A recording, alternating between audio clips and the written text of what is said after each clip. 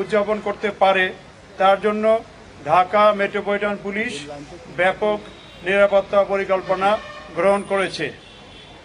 বাংলা বর্ষবরণ উপলক্ষে রমনার বটমূলে ছায়ানটের বর্ষবরণ অনুষ্ঠান এবং ঢাকা বিশ্ববিদ্যালয়ের চারুকলা অনুষদ কর্তৃক আয়োজিত বৈশাখী শোভাযাত্রা সহ অন্যান্য সংগঠনের বিভিন্ন অনুষ্ঠান হবে।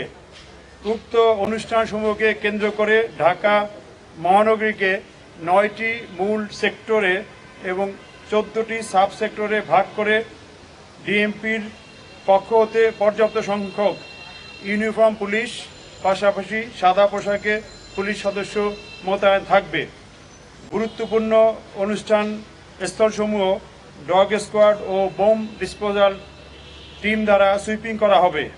নিরাপত্তা ব্যবস্থার অংশ হিসাবে ডিএমপির সোয়াট, mounted police, K9, bomb disposal team, crime scene van, DB এবং সিডিটিসির সদস্যগণ মোতায়েন থাকবে। রমনা পার্ক, সরোয়ার্দী উদ্যান, ঢাকা বিশ্ববিদ্যালয় ঘিরে ট্রাফিক ম্যানেজমেন্টের জন্য 14টি স্থানে রাস্তায় ব্যারিকেড স্থাপন করা হবে, যেখান থেকে ট্রাফিক ফ্লো ডাইভার্ট করা হবে। প্রতিটি অনুষ্ঠান স্থলের প্রবেশ মুখে আর্ট্রয়ে এবং হ্যান্ড মেটাল ডিটেক্টর দিয়ে মানুষের তল্লাশির ব্যবস্থা করা হবে।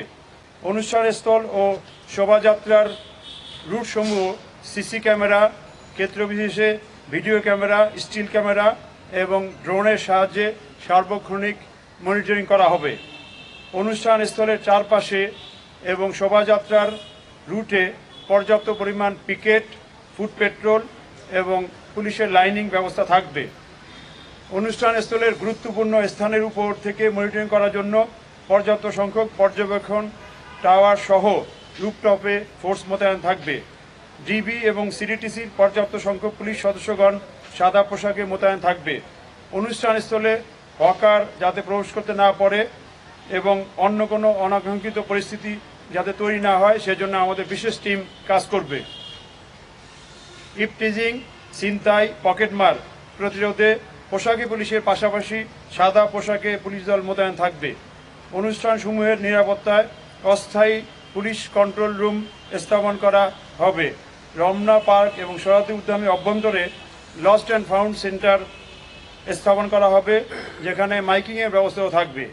গোয়েন্দা নজরদারি বৃদ্ধি এবং সাইবার পেট্রোলিং সহ নববর্ষ কেন্দ্রিক অপপ্রচার রোধে সামাজিক যোগাযোগ মাধ্যমে যে কোনো অপতৎপরতা ডিএমপি সহ অন্যান্য পুলিশি ইউনিট বা অন্যান্য ইউনিট মনিটরিং করবে।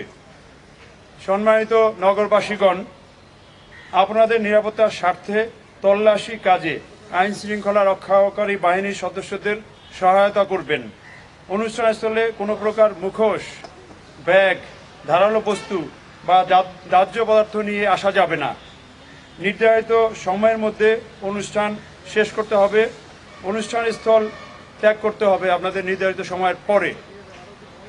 কোনো ধরনের ফানুস বা আতশবাজি ফোটানো যাবে না। শব্দ দূষণ হয় এরকম বাঁশিও বা ব্যবহার করা যাবে না। রমনা বটমূলে ছায়ানটের অনুষ্ঠান সকাল 6টা 15 থেকে 8টা 25 পর্যন্ত চলবে। এই অনুষ্ঠানে 3টি গেট দিয়ে কেবল প্রবেশ করা যাবে। গেটগুলো হলো অরুণোদয় গেট, রমনা রেস্তোরাঁ গেট, শিশু পার্কের বিপরীতে অস্তাচল গেট। অনুষ্ঠানস্থল থেকে কেবল বের হওয়ার জন্য 2টি গেট ব্যবহার করা যাবে। গেটগুলো হলো উত্তরায়ণ গেট এবং বৈশাখী গেট। এছাড়া 3টি গেট, যেটা শ্যামনিমা গেট, স্টার গেট এবং বৈশাখী অস্তাচল গেটের মাঝামাঝি নতুন গেট দিয়ে প্রবেশ এবং বাহির উভয় কাজে ব্যবহার করা যাবে। এখানে একটি গেট আছে যেটাকে বলা হর্টিকালচার গেট, এইখানে বন্ধ থাকবে। ছায়ানটের অনুষ্ঠানে শিল্পী, কলাকুশলী, সাংবাদিক, পুরুষ এবং নারী দর্শনার্থী পৃথক পৃথক গেট দিয়ে প্রবেশ এবং বাহির হবেন। সবাইকে তল্লাশির মধ্য দিয়ে প্রবেশ করতে হবে। রমনা পার্ক বিকাল 5 ঘটিকা পর্যন্ত প্রবেশ করা যাবে। বিকাল 5 ঘটিকার পরে সকল গেট বাহির গেট হিসাবে পরিগণিত হবে, সেক্ষেত্রে আর ঢোকা যাবে না। অনুষ্ঠান স্থলসমূহে সর্বসাধারণের প্রবেশের জন্য ভোর 5 ঘটিকায় গেট খোলা হবে এবং সন্ধ্যা 6 ঘটিকার মধ্যে অনুষ্ঠান সমাপ্ত করে রমনা পার্ক ত্যাগ করতে হবে। বৈশাখী শোভাযাত্রা পয়লা বৈশাখ সকাল 9 ঘটিকায় শুরু হবে। শোভাযাত্রাটি চারুকলা হতে শুরু হয়ে শাহবাগ থানা মোড় ক্রসিং ইউটার্ন করে TSC crossing, Dhaka metro station, তিন নেতার মাজার বা দোয়েল চত্বর হতে ইউটার্ন করে আবার বাংলা একাডেমি টিএসসি হয়ে পুনরায় চারুকলায় গিয়ে শেষ হবে। শোভাযাত্রার পুরা রুটটি নিরাপত্তা চাদরে ঢাকা থাকবে।